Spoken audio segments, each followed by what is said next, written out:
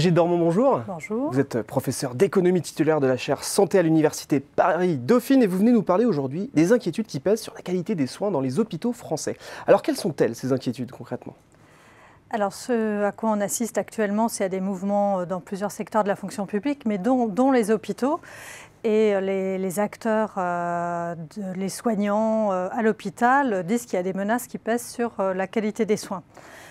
Et bon, l'économiste que je suis pense qu'effectivement, on ne sait pas si la qualité des soins a diminué. Pour l'instant, il n'y a aucune indication qui va dans ce sens.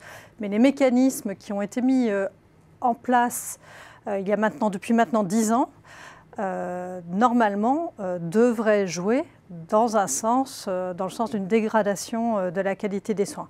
Alors pourquoi ?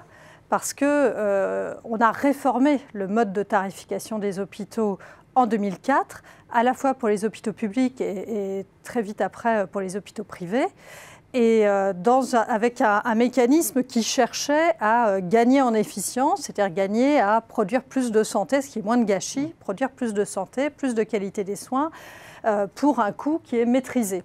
Donc la recherche d'efficience en économie, c'est quelque chose qui est tout à fait pertinent. Et du point de vue de la sécurité sociale, comme les cotisations pèsent sur le budget des ménages, c'est rendre service à tout le monde, y compris aux ménages et aux patients que nous sommes, que de chercher à être efficient, parce qu'on peut produire plus de soins avec la même dépense.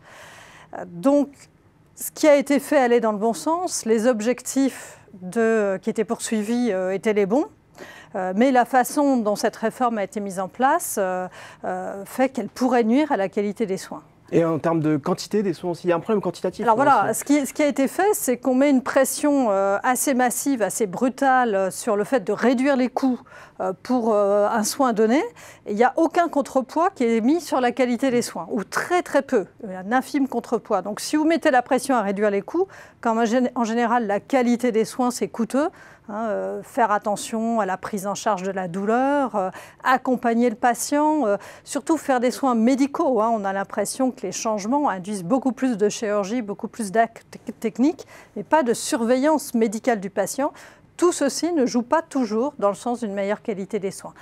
Par ailleurs, donc je prends ce que vous suggérez, cette réforme, dans la façon dont elle a été mise en œuvre, met une pression, une incitation brutale, non pas à l'efficience, mais en fait à faire plus de soins, plus de séjours et des séjours plus intenses. Donc ça, c'est la façon dont ça a été mis en œuvre en France qui crée une incitation que moi je trouve extrêmement délétère. La ministre aussi et tous les acteurs de l'hôpital aussi. L'idée, c'est que les soins qui pourraient être délivrés ne sont pas pertinents, ne sont pas toujours pertinents. Pourquoi ? Parce que le directeur de l'hôpital qui veille au compte et au budget de l'hôpital, à la dette de l'hôpital, met la pression sur les soignants pour qu'ils délivrent des soins toujours plus intenses, plus fréquents, pour des séjours plus courts mais plus intenses. Et tout ceci pose question sur la qualité des soins. Donc c'est pour ça qu'il y a de l'inquiétude, parce que les pressions qui sont mises, les incitations qui sont mises en place vont quand même dans un sens qui doit être assez mauvais pour la qualité des soins. Mais est-ce qu'il n'y a pas tout de même des contrepoids qui ont été mis en place par les hôpitaux ? Alors évidemment, il y a des choses qui sont le minimum. Il y a un processus de certification des établissements, qui est une procédure administrative qui existe dans tous les pays et qui veille à ce que les soins aient une qualité minimale acceptable. Donc ça, c'est en place. Donc effectivement, on peut dire qu'il n'y a pas de danger de ce point de vue-là. Donc ce processus est mis en place, mais on sait bien qu'au niveau des incitations que cela produit, ça produit à faire à ce que les hôpitaux soient conduits à produire la qualité minimale.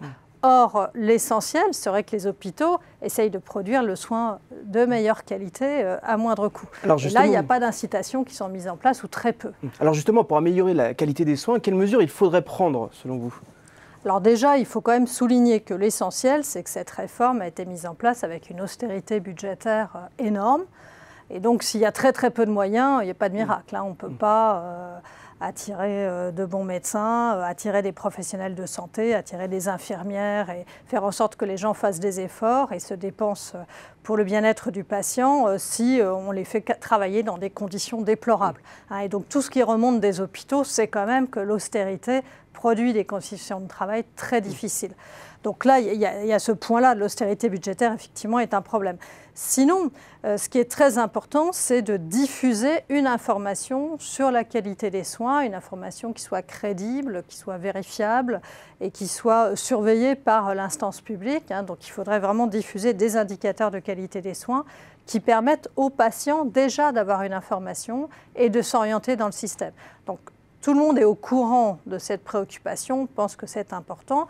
Il y a déjà un site dont je voudrais parler, qui est mis en place par la Haute Autorité de Santé, qui s'appelle Scope Santé, et qui donne une information sur tous les établissements de santé, une information qui peut être considérée comme encore trop minimale et difficile à lire pour le patient.